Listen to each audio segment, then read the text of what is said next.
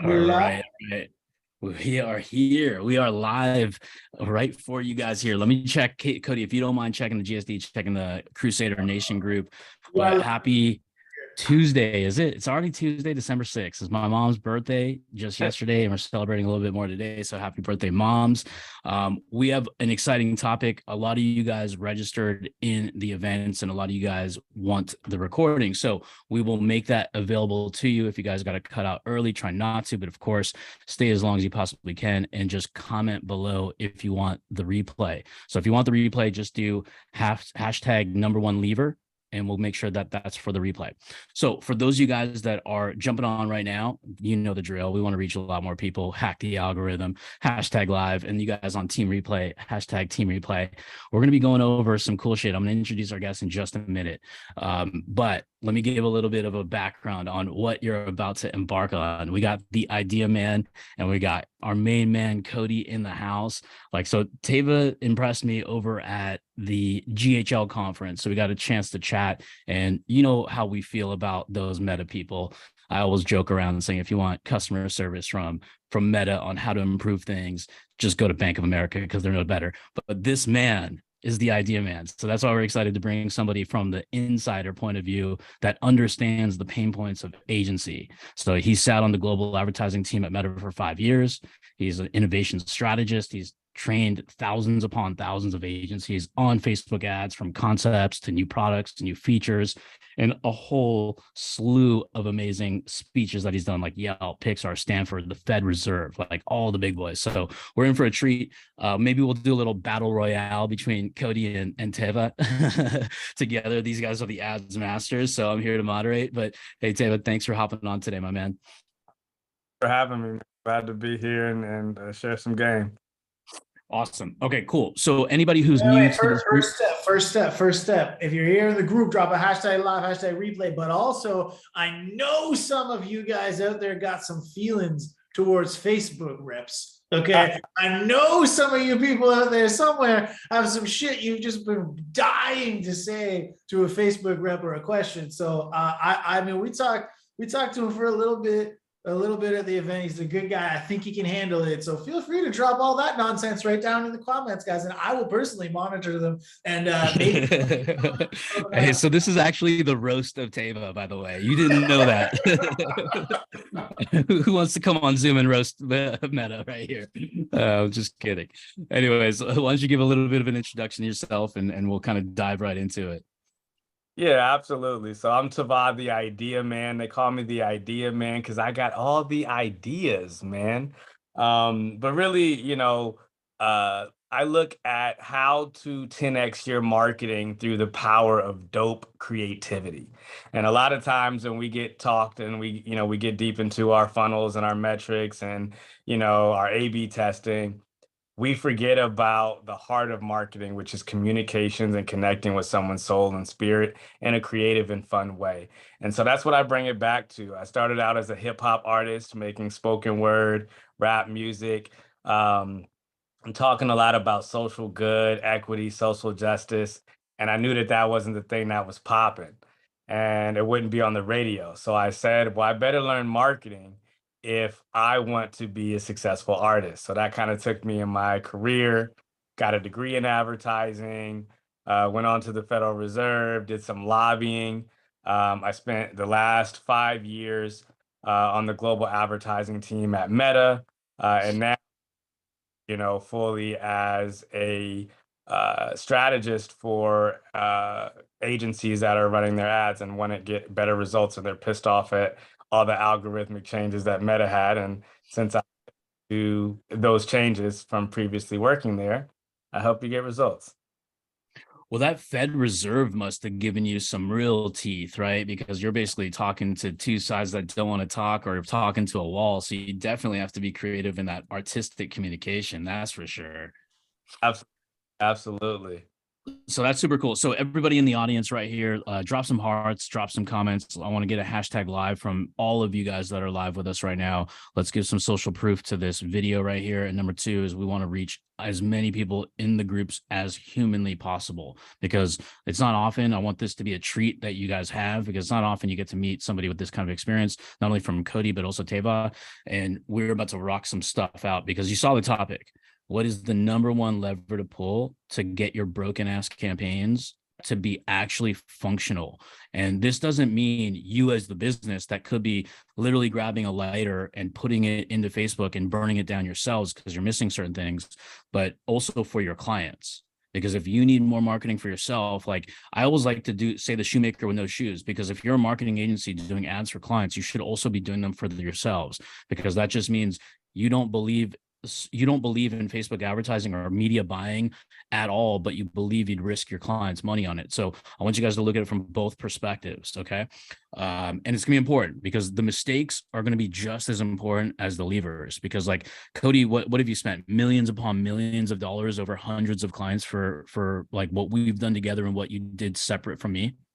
Yeah, at least 9 figures at this point between ourselves and all of our high ticket clients and stuff that's been going on. Yeah, and 9 figures, what is that? A billy? We're not even in the milli stage anymore. We're at different levels, right? So we're talking billy goats here. And then Teva obviously having that insider track, having like that global methodology, looking at it from like a whole perspective, like every country, because some of you guys are coming in from like Australia, you guys are coming in from England, US, Canada, wherever you are. Actually, let us know the parameters of where you are. Where you guys located? Like drop your city and your country's name or state's name inside of the comments, just so we know what kind of audience we have here today and the diversity. So do we want to dive into it, or what do we want to do? Do we want to dive into the mistakes? I want to mediate this between you two guys, because you guys are just the ads guys. I'm just a boring old marketing guy that does sales. So I'll see if I can ask some really good questions so we can get either you guys agreeing or arguing. Is that fair? It'll be like lobbying in the Federal Reserve. So let's kind of ping pong around. Let's tee up the mistakes. Like I'll start with you, Teva. Like what's one of the biggest mistakes that you see that agency owners are either ignorant to or they're open-minded to when they're doing their campaigns? Oh, there's a lot. Let's start with one. We're gonna go back and forth. So we may get more than three, so you might get some more knowledge here, because ultimately by the end of this could be actually end up being a fucking workshop. So the major ones I see is a misuse of lookalike audiences. Everybody talks about it. Everybody know, most agencies know a lookalike audience, and they're like, oh yeah, I'm gonna do that. And they do it for themselves or their clients, but they're not using it correctly. So typically I see a lot of people doing a lookalike audience of something like their email list, right? Which doesn't mean it doesn't work, right? Anytime someone tells you something does or doesn't work when it comes to marketing, there's always going to be some varying levels of success and circumstantial results. It just means that you could be using it a lot better and having much greater results, right? So about generally your email list. On an email list, there's people who have not opened your email. There's people who have bought from you. There's people who have not bought from you. There's people who, at all varying stages. Now, when you run a lookalike email or a lookalike campaign off of your email list, you are now targeting people who look like people who are purchasers, but also look like people who won't open your email, also look like people who will look but never like, also like people who, they just window shoppers. So if you want to use lookalike audiences much more effectively, what you want to do is build a segment of your most highest value client, whatever client has the highest lifetime customer value for you, or whatever you consider important. And whatever you consider those best clients are, you need at least 100, but build a lookalike audience off of them, because now you're not building a lookalike audience of people who have just window shopped and never done anything. You're only building and finding lookalikes of your best purchasers. Yeah, and that's a good way to burn a bunch of budget, don't you think? Like if you had 12,000 people and you got like 90% of that database, we all know is going to be people who are never going to buy your shit, right? There might be some engagers, but having that wherewithal to say, hey, I get that I have this database. I'm going to intentionally use my money to who I think is a high priority first. And then they're already on the fucking list. They're already in the Facebook group. You can tag them and use your organic efforts. Is that kind of the right reasoning from like saving money and also at the same time digging deeper into that lookalike audience so you can actually find those transactional people? It's about the algorithm and how the algorithm works, right? So the algorithm works by sorting similarities by a hashed audience that you may not know are existing between the multitude of those people, right? There's millions of bits of information on those people. And so if you are, it's just like basically you're feeding a machine that does machine learning bad data, right? You're giving it, hey, find me a bunch of other people that look like these people who don't buy from me. And then you're don't have the results. It's like, well, you told it the wrong thing. It did exactly what you told it to do, right? And so a lot of people, you know, we hear, different strategies online, or we hear something, it sounds cool, but we don't know fully how each tool works or how that makes the system operate based on that choice. And I want to hover on that for just a second, because we train hundreds of people trying to do media buying for themselves and for their own clients and all this stuff, and I'm constantly telling them basically a very, very similar thing to what you just said, and that's you're teaching, we're either telling the machine to do the wrong fucking thing, or you're teaching the machine the wrong thing. And it's like, okay, well, what is it? What does that mean? Well, it means like, okay, you want leads, but you started a traffic campaign and you wonder why it's showing it to people who are giving you traffic. They're clicking the links, but they're not doing anything. Well, guess what you told the machine to do? You told the machine to go find people who click on shit, but don't do anything else. That's who you asked it to go find. And the same thing with what you're saying, a lookalike list built around people who don't do the shit that you want it to do. Well, why would you then assume it's going to be finding people who look like the people who do what you want it to do, right? You're teaching, the machine is powerful. And then with proper testing methodologies and proper assets in place, you can really make it work for you. But if you start off on the wrong foot, like what you're saying right now, which is just telling it to do the wrong fucking thing, you pushed the wrong button. You had green and red, you pushed red. I don't know why, but you did. Right. And now you're surprised that the bad thing happened. Well, just look at the cascading effect outside of just hacking or utilizing, forget hacking, but utilizing the algorithm correctly. Like think about the cascade effect after that. You get the wrong people, you get those shitty leads, you get a frustrated setting team, you get a frustrated owner, you get a frustrated sales team. Think about that compounding over the next 3 months. And then the worst thing is you quit, right? So like think about what you're doing to yourself and your business. You're problem finding instead of solution hunting. And that's what I look from like a whole different perspective, because I love Facebook ads. I love Instagram ads. It's our best source. Love the platform. So we've monetized the shit out of this, but it's also through like networking with Teva, with Cody, with all higher powered people in these bigger rooms, right? And that's how we kind of gain these perspectives so we can avoid mistakes, because we're not trying to buy solutions necessarily all the time. We're trying to buy the mistakes we shouldn't be making. So therefore we already can narrow down to the right solution. So that's a big one. Now, what do you tell people like this? Because like a lot of people will do this. They'll be like, all right, I'm new to this, or maybe they're not new. Maybe they're just old school, used to cold calling, used to LinkedIning and referring and just doing ground and pound sales. But now they want to enter Facebook and they want to use this lookalike thing, and they buy this list from like Dun and Bradstreet or D7 Finder, upload that shit and lookalike it. What do you say to that? Hey man, hey, there's other funner ways to ball out. If you're gonna waste some money, you know what I'm saying? I can think of some better ways to do it. What charity do you recommend? You know what I'm saying? At least. You have no idea how other people are getting the leads, especially when and if you just think about, everyone operates off of self-interest. So a lot of times if you're in a very specific niche, it could be very likely that those leads have been sold to multiple people. Right? It would make sense. So now you're trying to cold call a list that maybe 6 other people have, you're trying to run an audience off of. They might be trying to do the same thing. And I think people need to figure out where Facebook ads are in their funnel. I think, broadly beyond just ads, people don't really understand marketing as a whole. And, that's why I really like, what you share and what you talk about, is because ads is a fundamental part within the entire marketing infrastructure. But if you don't understand the difference between you know, the marketing funnel and a cold and a warm lead, then you can't even figure out where Facebook is going to be in your strategy, right? Because it doesn't necessarily, for some people, it's the full funnel. But some people, it just needs to be lead acquisition. For some people, it just needs to be conversion, you know, until you're building all systems there. So if you're, it depends on what level, how much money, but if you're new, I would look at what is it first? Do you have some data and some information already that you can just use and help it to help you convert? Or is it, hey, I need to find new people? Because typically people are thinking about that as one entire, just one campaign where they're like, because you can, right? You can go from someone never hearing about you to them buying something low ticket or something free, then buying low ticket, then moving up. Like that is a funnel and it works. But for most people, you have to think getting someone from never hearing about your business to going to your website and converting and then being a high value customer in one campaign is not as likely. And so you want to figure out, what am I going for? Do I need lead acquisition or do I need sales? And what tools or what objectives lend to those things?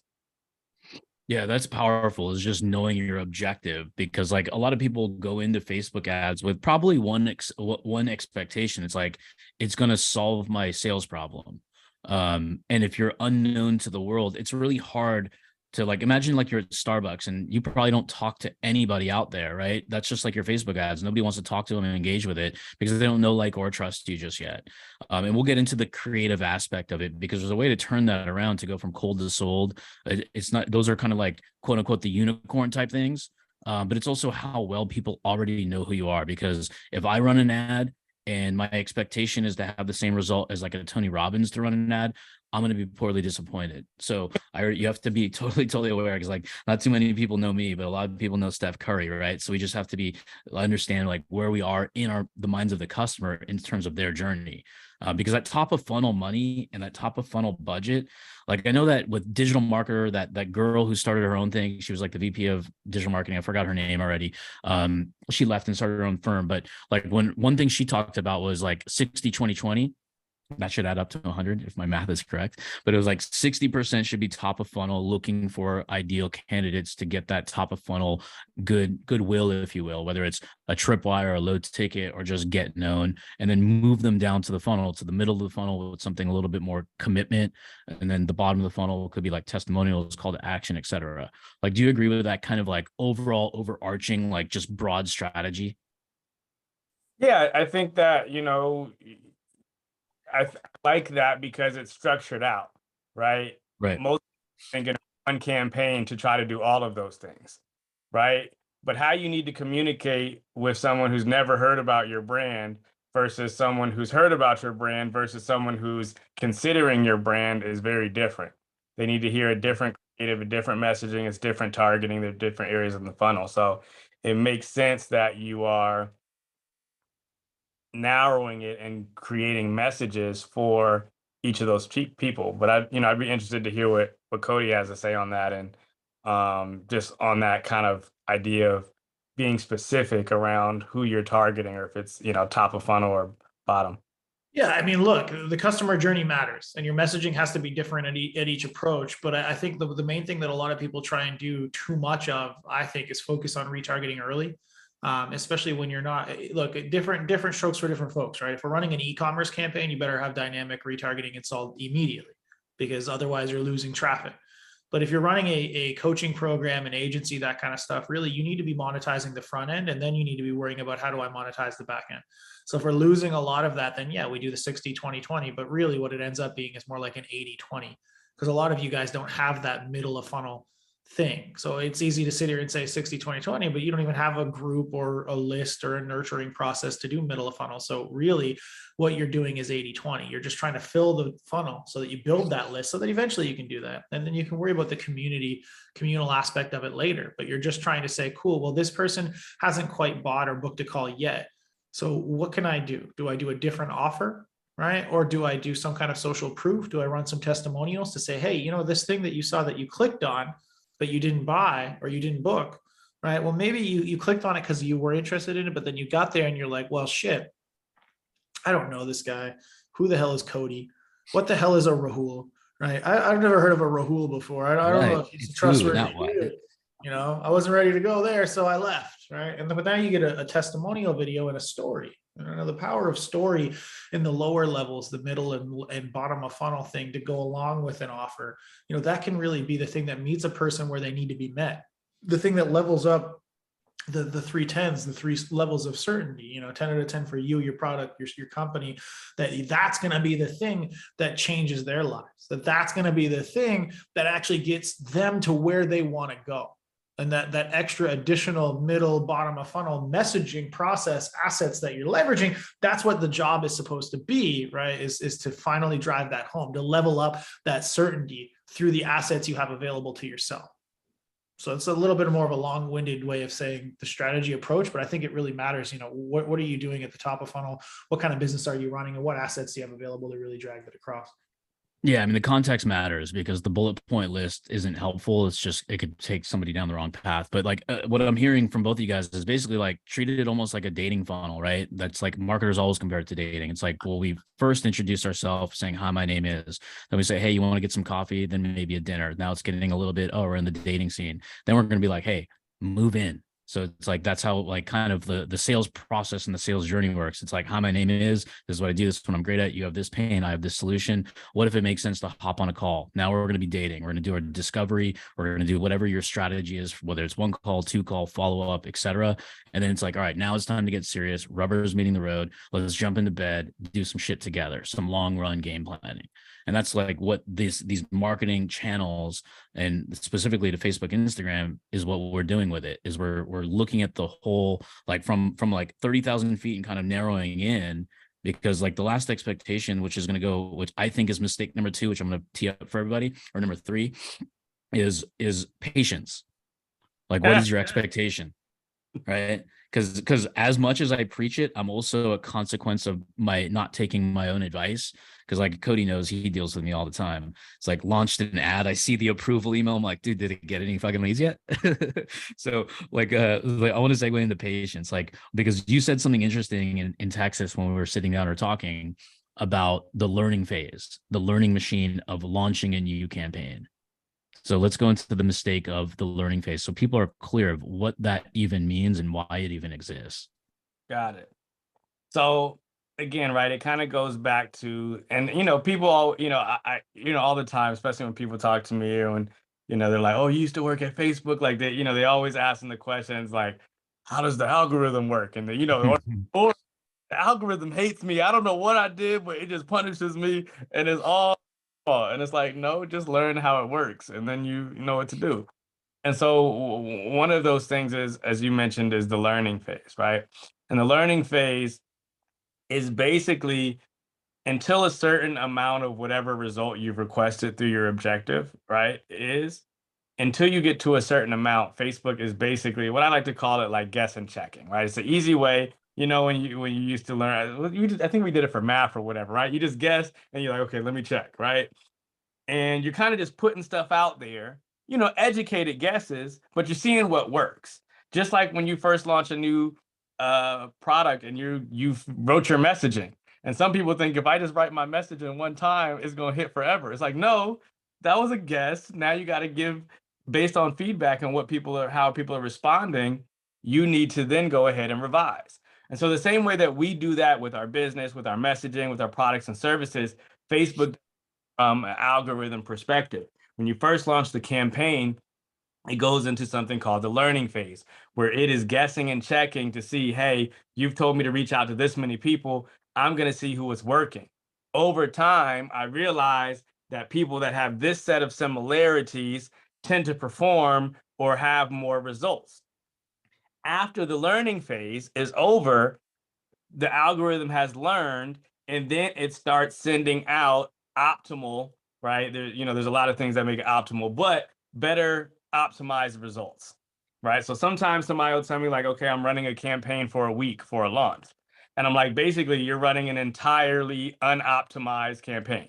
Or they'll be like, yeah, I make a major update on my campaign every week to make sure that I'm, you know, if I suggested a creative, or I switch the audience a little bit, or, you know, I do these things that every time you do something major in a campaign, it resets the learning phase, right? Because then it's like, oh, different creative, that's very different. Different audience, that's very different. I got to test this whole thing again.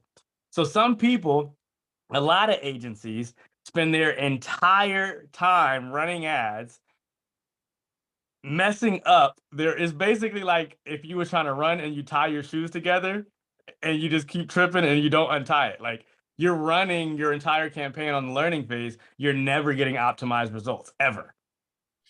Right. That I'm sure Cody can probably attest to the frustration you probably get from like more novice clients. This is where it's fun to talk to meta reps because I entirely disagree with like most of what he just said. Whoa, the battle royale starts right now. Let's go. Go out of my way to tell students who bring up the learning phase to shut the fuck up and ignore it. Because it literally, I understand what it means, and what you're saying is entirely accurate. So the learning phase, you need to have at one point, who knows, they changed the numbers around, but you need to have 50 conversions per asset per week to get out of the learning phase so that it has enough information to be able to say that it's fully optimized. However, if you're doing the correct testing, and a lot of these students that we work with understand they work with clients that have lower budgets and shit, we get out of the learning phase no matter what, mostly because we can outspend that problem. And so we just get out of it. But a lot of these guys run into a situation where even if they're getting what I call ideal cost per lead, right? They're not getting out of the learning phase because their clients just don't have the fucking budget to hit that 50 conversions a week that they need to be able to move past that and go to the optimized phase. So if they stick on that on their brain, and this is the problem with stuff like this, is like, you know, all of these are what I tell everybody is these are recommendations, not rules. So like, even though it's sitting there telling you, hey, we're not in a learning phase. Hey, we're not in a learning phase. Hey, we're not in a learning phase. You don't have the fucking money to do it. Stop asking me about it because it doesn't matter. Is your cost per lead or your cost per purchase or your cost per result within your ideal? Is it within the boundaries you set to become profitable? Are you making money? Is it working? Cool. Then that shit doesn't matter. It's a guideline, and it's something that you shouldn't ignore completely. And if you have the resources available to get to that optimization point, fucking do it. But otherwise, right, the goal should be, and we use Rahul, can you let me share my screen? We use a process called rapid fire testing methodology for our shit. And it really is just designed specifically, right? This is the flow chart, right? Different types of campaigns, different types of people that comes onto it. But the concept is to specifically test past a certain amount of viewpoints. So we get it in front of enough of an audience to make an actual decision. Now, not statistically relevant, but relevant enough to make a decision. And then we make our decisions based entirely around our ideal cost per lead.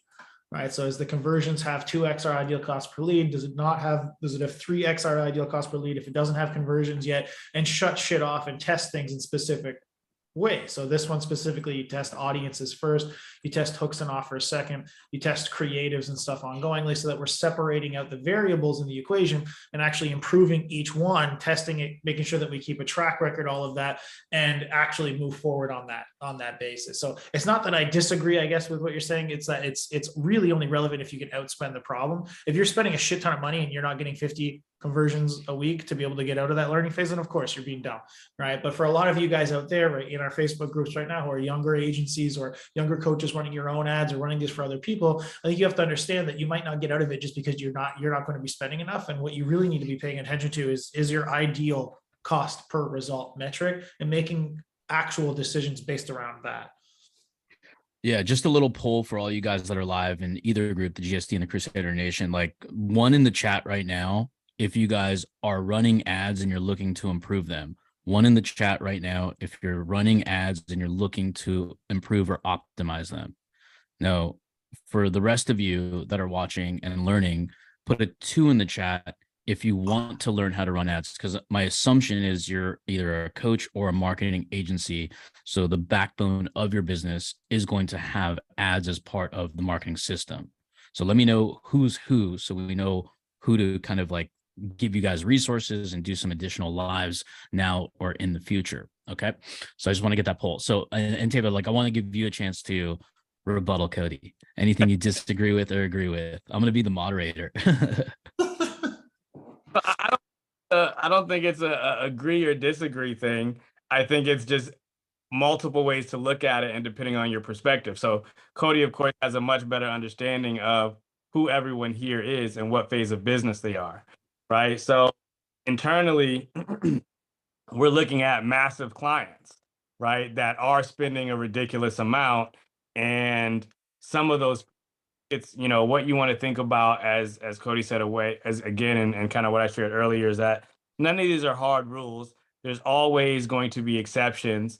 You just want to know how the system works, right? And so there's some people who will run campaign and just keep tinkering with it in a major way every couple of days, right? And don't get a chance to, or don't have a methodology as you do for, this is what I'm testing first. This is how I'm setting up my next campaign. This is where I'm maneuvering things to based on this information. It's just like, it's been 2 or 3 days. I haven't seen results yet. So let me just do something else.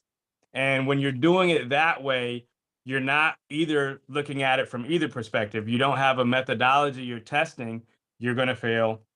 Or if you're never letting the campaign run long enough, right, or to get to a point where you're spending high enough to be getting the results, you're missing out on the potential benefits of either one of these.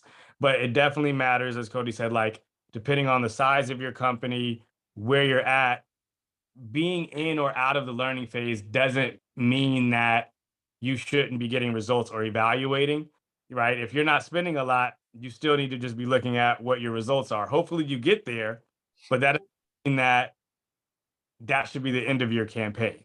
It just means it needs to be something that you're aware of and that you understand. Yeah, no, agreed. Like, who's guilty of that? Who's guilty of having impatience and wanting speed for results, but then almost like cutting off your nose to spite your face by doing things too fast or optimizing too soon without having the correct levers to pull? Like, put a guilty in the chat there, because we all went through it one way or another. So I'm guilty of it early on. Cody's guilty of it. Everybody's made those mistakes because you don't know what you don't know. You're trying to do what's best for you, your clients, or whatnot. So let's go into mistake. Wait. I think that one main thing that we just heard out of this was that we agree that if you don't have a testing methodology and you have no idea what the fuck you're doing, you know, then you're flying blind and you're going to hit a wall eventually and crash. If you're doing what I call the spaghetti against the wall method, which is exactly what I think most of you guys do, unfortunately, which is, you know, you're an Italian cook and you just take it all out, you throw it against the wall and you're like, woohoo! And 1 or 2 of those pieces of spaghetti stuck to the wall and the rest of them fell. You know, good for you, man. You found one winning ad, but when that shits the bed, you have no idea why. And now you're going to have to do it all over again, right? So if you want to avoid that bullshit, and maybe you want that cheat sheet I just threw up on there, I think that fucking thing's invaluable. I only give it away every now and then to people when they show up to shit like this and take action. So if you want that, if you'd like to get it, drop a hashtag RFT, stands for rapid fire testing, down below in the comments, and we'll send it over to you. I actually forbid you to give that away. Okay, never mind. I'm just kidding. Yeah. I'm just kidding. I was trying to use a Mr. Wonderful line.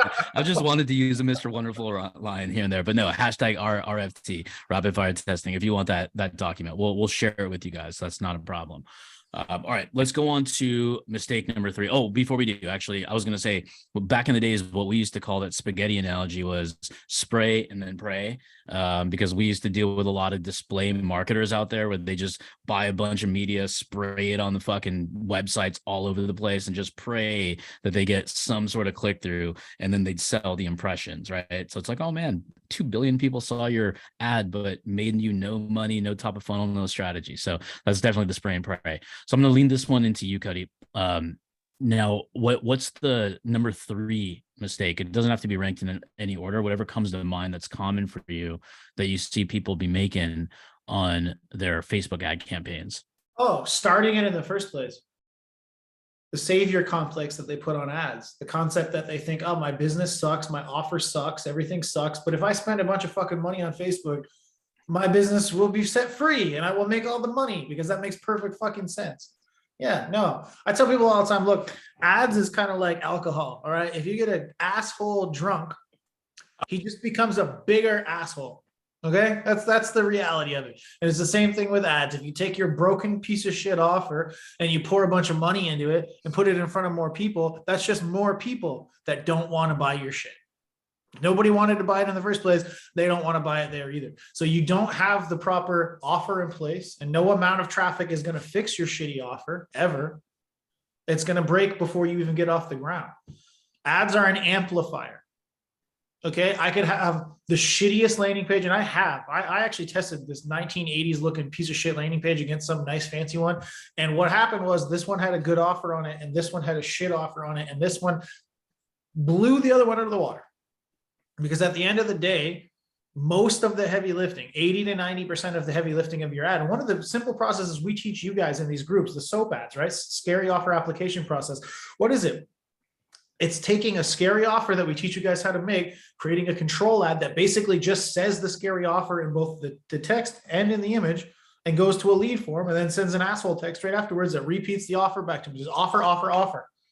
The most profitable thing to start out, 90% of your success will come from that. If nobody wants it, then don't fucking do it again. Test a different one.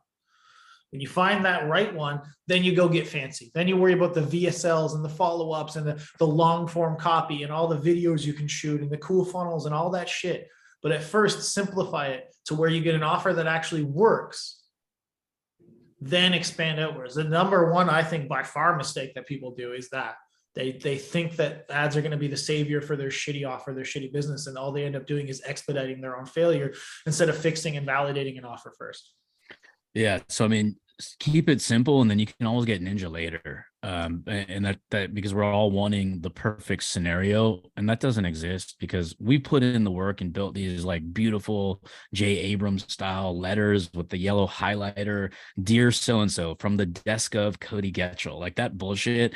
I mean, you don't know if it's going to fucking work. Like test fast, fail fast, and then fail forward, because that's the best way to do it. And then you can learn from our mistakes if you want to reach out, and we're going to give you the rapid fire testing. Just a reminder, hashtag RFT if you want that beautiful document that Cody spent probably forever working with a graphic designer to make beautiful.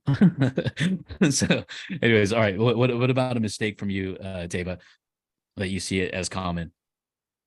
Let's see. I would say really not focusing on the creative, right? And really not putting much attention there. I think, I agree very much so with what Cody just shared, right? And I think about it as from a standpoint of like an artist or a musician, right? If your offer isn't good, your offer could be equivalent to your song, right? Your song, that's what you're offering. And it doesn't matter if your song is trash and you get on a bunch of bigger stages and you get some big shows, your song is still trash and people don't like it. You know what I mean? And ads might be speakers, right? And your landing page might be the venue, and there's your automations might be the power. These all these things that can make it better, that can amplify it, that can make the show more enjoyable. But the end of the day, you need to have a good song. And if you don't have a song, it doesn't matter how many funnels and pipelines and systems you put that trash song through, it's not going to get popping, right? Mm-hmm. Similar when it comes to your creative, right? When you're running a creative, Nielsen did a report that 47% of why someone purchases from an ad is due to your creative, right? Now, creative, you're identifying as the video or the graphic as part of the ad copy, right? Yes, exactly. Right. The messaging is, that includes, usually there is where you're sharing the bulk of your messaging, right? You're sharing what your offer is, what you have to offer, how you're going to do it, who it's for, right? In a compelling way. And so that is very much so responsible for a lot of your results. So I'll know a lot of people who will spend time with everything else. And sometimes, and it doesn't, when I say good creative doesn't necessarily always equate to heavily invested in, super well polished, shot with 10 cameras, right? It doesn't mean that. It means, is the content good? Is this something engaging? Do people like it? And I think often when folks are thinking about running ads, they're thinking about it from the comparison of, I'm only running or I'm only competing with other ads that are in my similar niche, right? Or other businesses like me. But when you're scrolling on someone's feed, or when you're scrolling Instagram or Facebook yourself, when do you see an ad?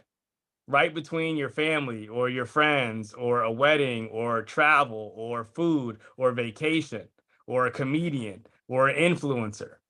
And your creative has to stop them and engage them long enough, which means it has to pique their attention and their interest, right? That's got to be the thing that's the hook.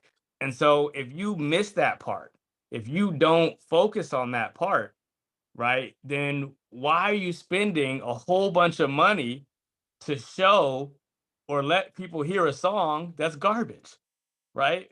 First, focus that money on making sure you have a good creative, a good ad, understanding how it works, making sure your song is good, and then you can expand and you can scale and you can distribute. You can go through distribution, but you need to make sure that your creative is on point.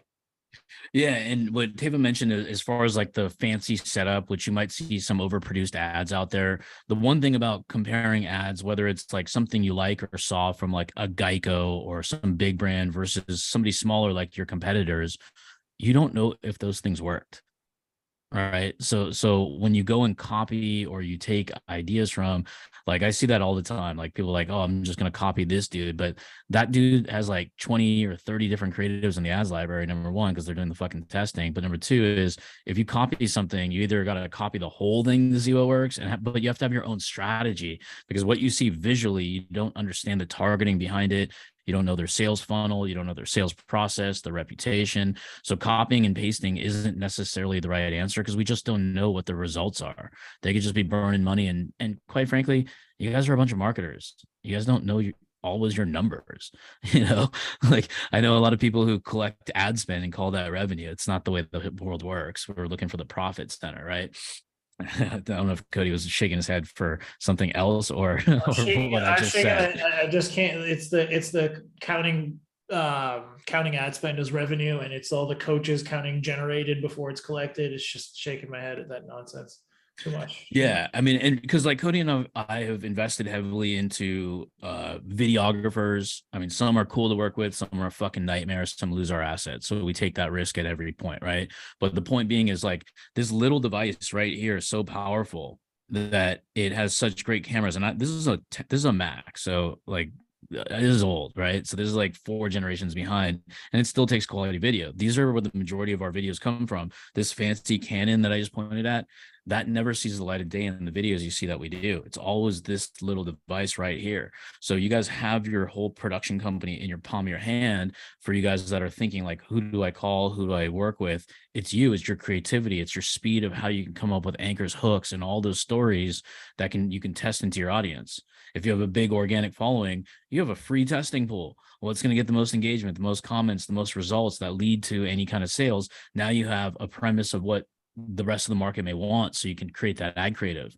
And the beautiful part about this is mistakes are okay. You can stutter, that's totally fine. You can always reshoot it, recut it, and that's the best part about it. All these apps like CapCut, you got Captions, or there's a websites out there that have freelance video editors that can just knock out a 30-second or 60-second reel in less than an hour and pay them for that hour initially.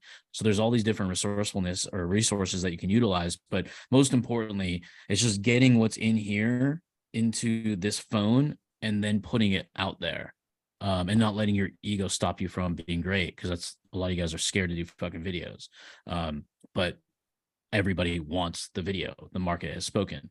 Now, in terms of this may be a hard question to just answer broadly, but like if you were to do marketing for somebody, either Cody or Teva, whoever takes it, like, would you prefer to be working with somebody that can do video ads or do the graphic design type still ads? Or is that too broad? I personally don't care. That's my answer for it. We also have video editors and graphic designers on our team. And a lot of our best performing ads is just putting out the offer the way that it is on a big ass image, and then eventually getting fancy with nice ass videos and graphics and shit after that. So I'm indifferent to that, to be honest. Yeah. Any kind of like generalized feedback on that, Teva? So I like, as I said, there's kind of like processes, right? So what Cody's talking about is like testing. If you don't know your offer is good, it doesn't matter what level of creative, juice that you put on a bad offer. You know what I'm saying? Mm-hmm. Yeah. Like offer out there, make sure it's tight. Now, when we're talking about from like a creative, when you're, and there's a difference like optimization, right? And scaling is different than like getting sales, right? And so I think, you know, people need to understand that. It's like when you initially start, you don't need to have every single optimization and be trying to find every single integration and thing that you can add on to your funnel to make it perform 1% better. Like just get it out there and see if it's working, and make sure, as I said, even if you have a not a great landing page, but it has a good offer, you can see if it works.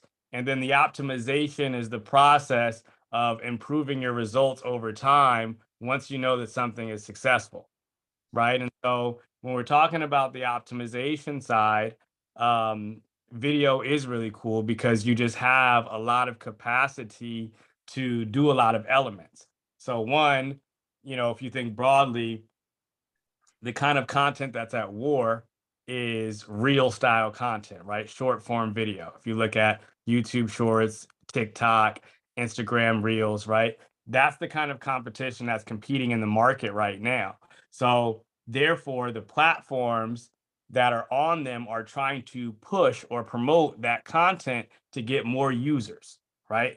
Always going back to how is the algorithm working based on what the company is doing or needing, right? And so that's why when it came out and you started using Reels heavily, you got a bunch of views, right? Not just because they just worked better, right? It was because, hey, we want people to use and look at more Reels because we got this competition over here and we don't want to lose users. So if we can pump people's content more, that'll generate something better for us. So if you're always understanding what is the back end systems behind these algorithms, you can kind of use some of that information to improve your results. So with video, video is pushed, right? It also gives you a lot more message that you can put in because you have different forms of media, from, you know, audio to visual to movement.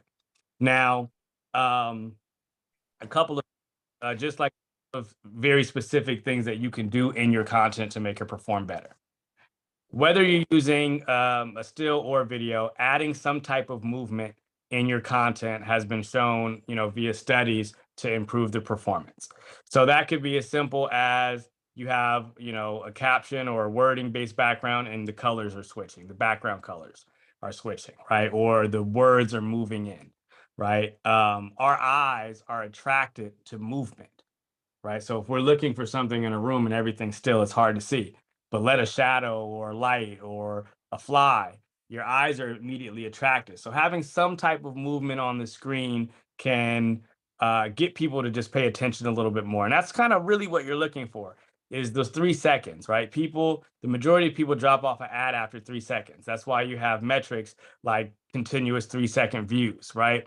Because that's the highest drop off point. So you try to figure out in the first 3 seconds of your creative, what do I need to do? Is it an offer? Is it a call out to the audience? Is it something provocative? Is it a visual that's shocking, right? Is it a headline that's like, what the hell? Something that gets people to just stay past that to continue to see the message, right? And a lot of people thinking about that as much. Yeah, that hook is so important, because one thing I think you probably shouldn't be doing is saying, "Hey, everybody, I am Rahul Aleem, the founder of the GSD." Like, that might not be the most appropriate, because I'm assuming a stranger does not give two fucking shits who I am yet until they know what's in it for them and their attention. So they're willing to kind of give us the currency of their time as our first mover. Because there's a lot of times where you can meet a stranger online. Some of you guys met us as strangers and you may have liked something. Maybe you thought something was bad and you still followed us. It doesn't matter. But the whole point is, like, there's that hook. Everything's got to be a little bit intentional as to how you can offer value to earn somebody else's respect and time. Because then once you earn their time, then you may earn more of it and lead up to your sales journey for whatever that may mean to you. It could be more followers as goal. It could be more leads. It could be more comments, more people in your Facebook group. You got to identify what is your goal of your strategy, of your sales funnel and your customer journey. All right. So I know we've been here for a while now. So out of respect for time, we have the number one lever to pull. So Teva can give us the back end algorithm to Facebook. No, I'm just kidding. But what's the number one lever to pull that people aren't pulling that can help turn and transition their campaign? It's their creative, right? Based on the Nielsen report, 47 is due to your creative, 31% is due to your reach, how many people see it, right? So if you have dope creative and you get a lot of people to see it that are in your audience, because it reason that is, and people say, your target audience is worth 11, and it's not specific across your entire funnel, but when it comes to your ad, the reason you're thinking about that is because, say, even if you hit every one of your ideal client, right, of your target audience, but you have a bad offer and a piece of content that doesn't engage them or cause them to stop, it doesn't matter if you hit your perfect target audience, right? If Mhm.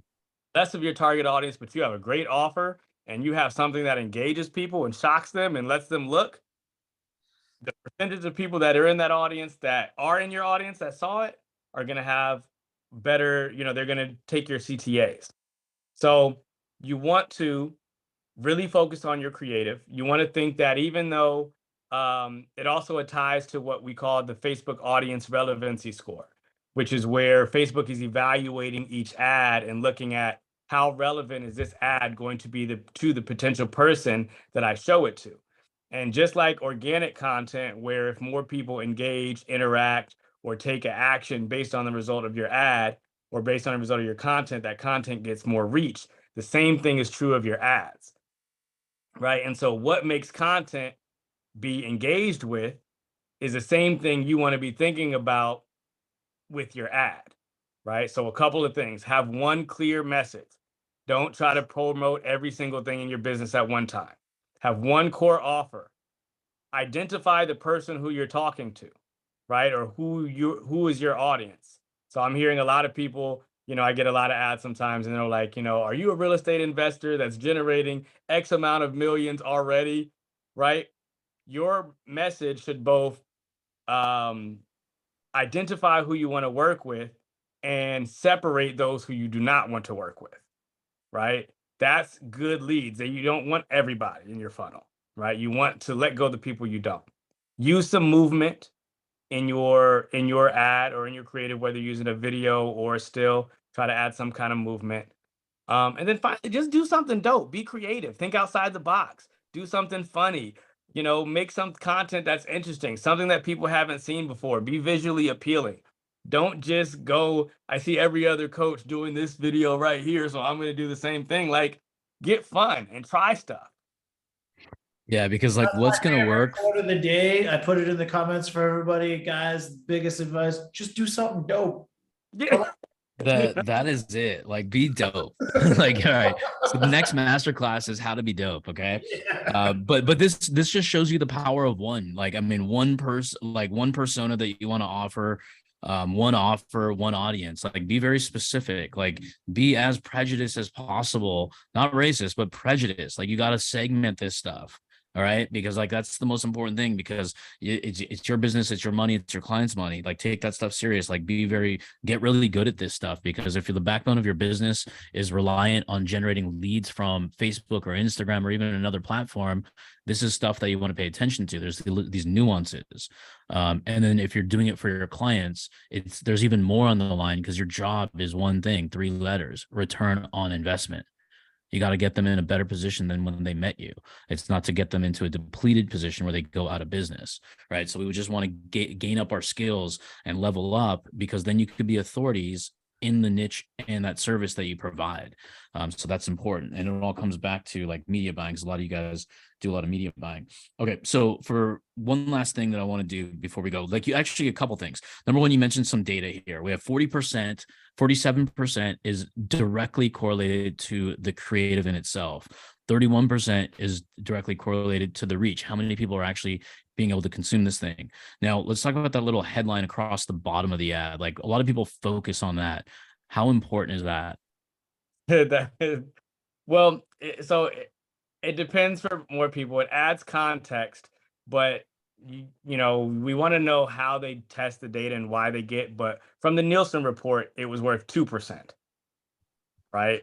Which is very small, right? But you're looking at that in the context of that 2% can be great if that content captures their attention. But if you have terrible content and you have an amazing caption, that caption doesn't matter because it's not stopping people's attention. The caption only matters after attention is captured through the creative, right? So if you're looking at how do I optimize these results, the first thing you shouldn't go for is, hey, let me test this caption about 7 more times, right? It doesn't mean that that's not something you should test and that you should work on. It just means that there's other higher priority pieces that are going to make a difference first. Perfect. Cody, what about you? Sorry, On the creative. Yeah, on the creative, like what are some tips and tricks that you have for the audience for creative? Because I want to get into the future of again, I'm always the offer guy, right? The hook. We've shot, how many fucking reels have we shot, Rahul? Like probably thousands. like in the thousands now. Yeah. The ones that work the best are the ones where I say something like I would write a fucking ad headline at the beginning. And Some of the shit that you say, yeah, I mean, like to me, I'm like, fuck, that's stupid. But because it's like it was shock and awe, and I'm like, oh fuck, that one worked. So we never know. That's why we're always testing. It's like I could say a lot of people do what Rahul said. I'm Rahul Aleem and I'm awesome and look at me and here's the cool tip. Well, by the time you get to the cool tip, because who's Rahul? Nobody knows. We talked about this already, right? But if I come in and I'm like, here's the number one secret to you making an extra $10,000 next month that nobody else has told you. And then I start flailing my arms around and I'm like, whoop, whoop, right? And we use our video editor. So there's flashy chickens across the screen for some reason. And then boom, now you're like, well, what the fuck is going on? I want to know that secret. Let me watch the rest of it. So you always got to be thinking hook. And the hook is not always a headline. A hook is in a video too. It's the first thing that you're doing to capture their attention, right? Remember, we've taught you guys sometimes about speeches and shit and doing master classes, and I talk a lot about tonality. Well, there's the grab your attention tonality, and then there's the hypnotic slow down and listen. What did you just do? You fucking grabbed you, and then as I slowed down and calmed down, you're like, wow, this got really interesting. I didn't say shit other than yelling at you and slowing down. Right. So understand you got to do scroll stopping, you got to do hooks, and all of the rest of it, like everything else, will be. You've already got their attention. They're going to listen to it, whether it's good or not, but you got their attention. Yeah, you do this. Yeah, Will, like I would do this on your organic content as well. Definitely do that because you want to catch their attention. One trick that I've learned is integrate a horse. Like whenever I'm on a horse, I get more views. No, I'm just kidding. Last horse I was on was Blaze. He was 17 years old and barely fucking moved. I was pissed. But all right. So future predictions. Where is marketing going? I'll start with you, Cody.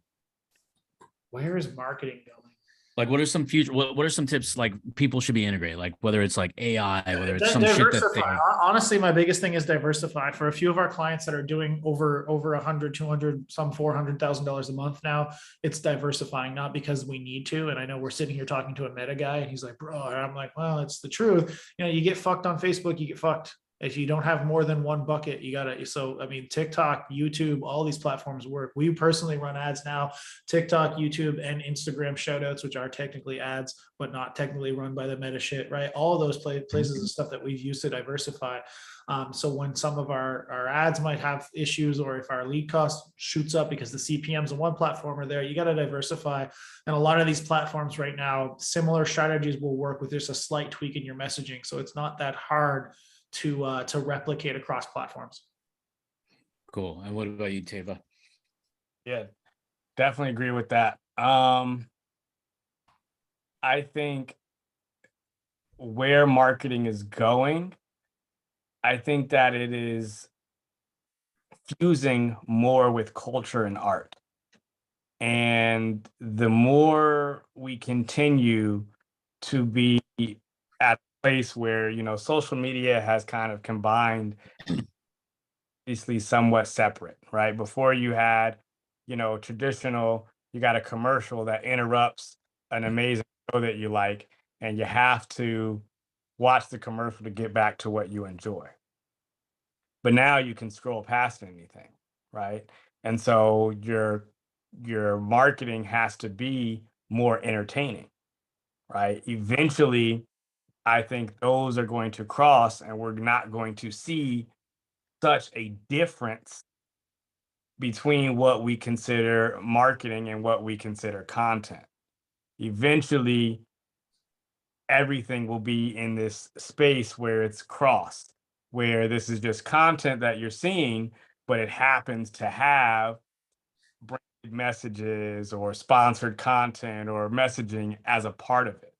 And so I think the faster if you as an agency or anyone who's listening can embrace the fact that as a marketer, you are now a creator or a creative, right?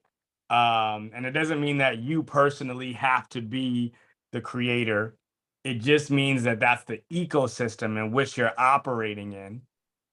The sooner you get on board with that and start integrating both the marketing strategies from a funnel, testing, offer, business perspective with the things that you're seeing on the cutting edge of creators, influencers, artists, and you fuse that, that's going to be what generates your longevity and sets you ahead in the future of marketing. I love that. Those are both two great tips. And I hope you guys like can understand it and execute it on your own. I'm going to go old school and not even give a future prediction. I'm just going to give a current state of mind. Is that like you have to create the foundation of your business to be able to get to that next level. Doesn't mean you can't be creative right now, but a lot of people are chasing something and stumbling over. It's almost like we didn't learn our ABCs, but then we're trying to become like this top dog in some industry. I think like the speed is killing people. The patience is a virtue, truly, because like we're instead of like people are wanting to know how fast can I make $100,000. The question should be how consistently can I make $100,000, and how long would that possibly take, right? So instead of going for speed, let's go for conquering a bigger goal. Because like with our business, 2004, that's when we were born, Custom Creatives, and we brought in an integrated GSD training, right? So it was a long journey. The first steps were all chaos. They were all fucked up. We had whiteboards was our CRM. If somebody walked by our whiteboard, they erased our client if they hit their fucking arm on it. That's how we operated. Nothing smart, right? So we learned those processes that can get us to that next level. So I want to kind of go a little bit old school, is like fix the foundation so we're not built on sand, because you guys are entrepreneurs. You're not just salespeople. You're not just media buyers. You're the whole show, and you're doing something marvelous, right? You're doing a remarkable thing, is helping other people. So you treat yourself as a real business, treat yourself as an investment strategy.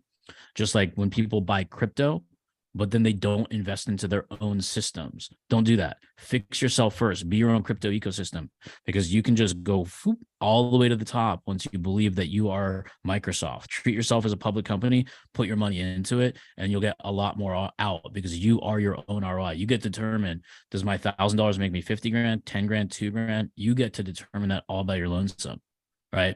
So that's kind of my state of the union in terms of like it's not obviously not a future prediction. It's just something that we got to fix as a business as a whole, is that foundation.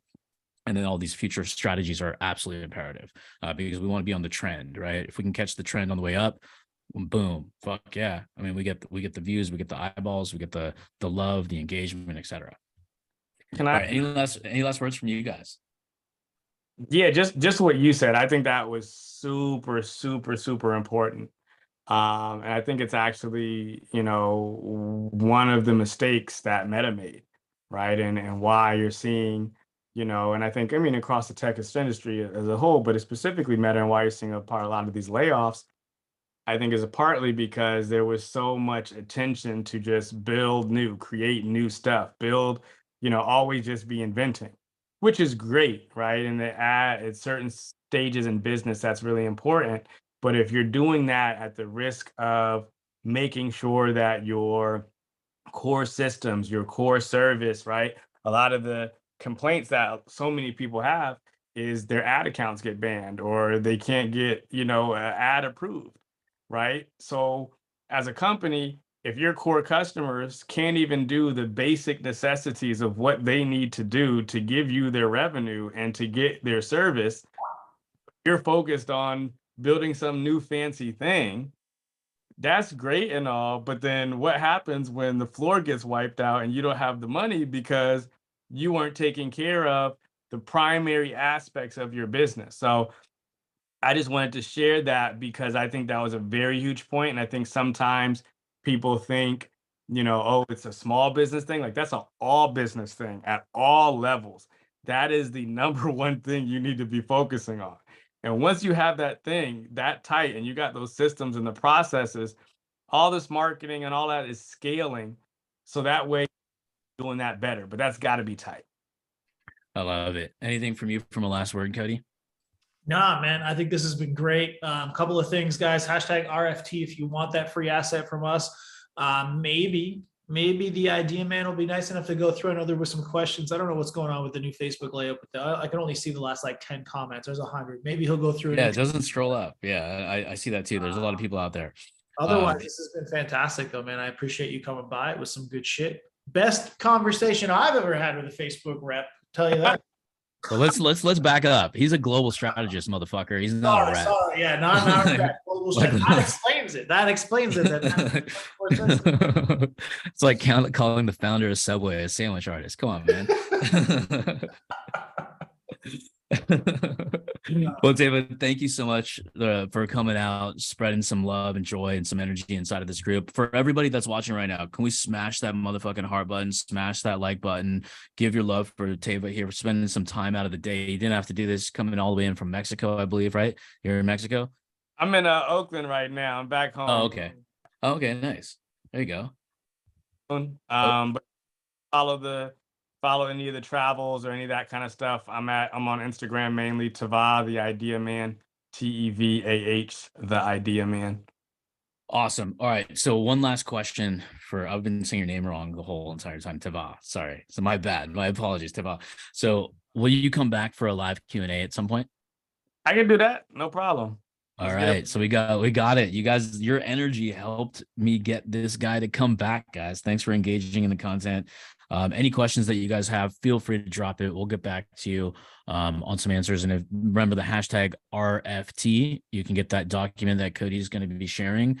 And if you do want to connect with us and go over your ads audit or your ad strategy, just comment ad audit. And then one of our guys will book you in an appointment with myself or Cody. All right, guys, have a great rest of your day. Happy Tuesday to all. We'll see you guys on the next live.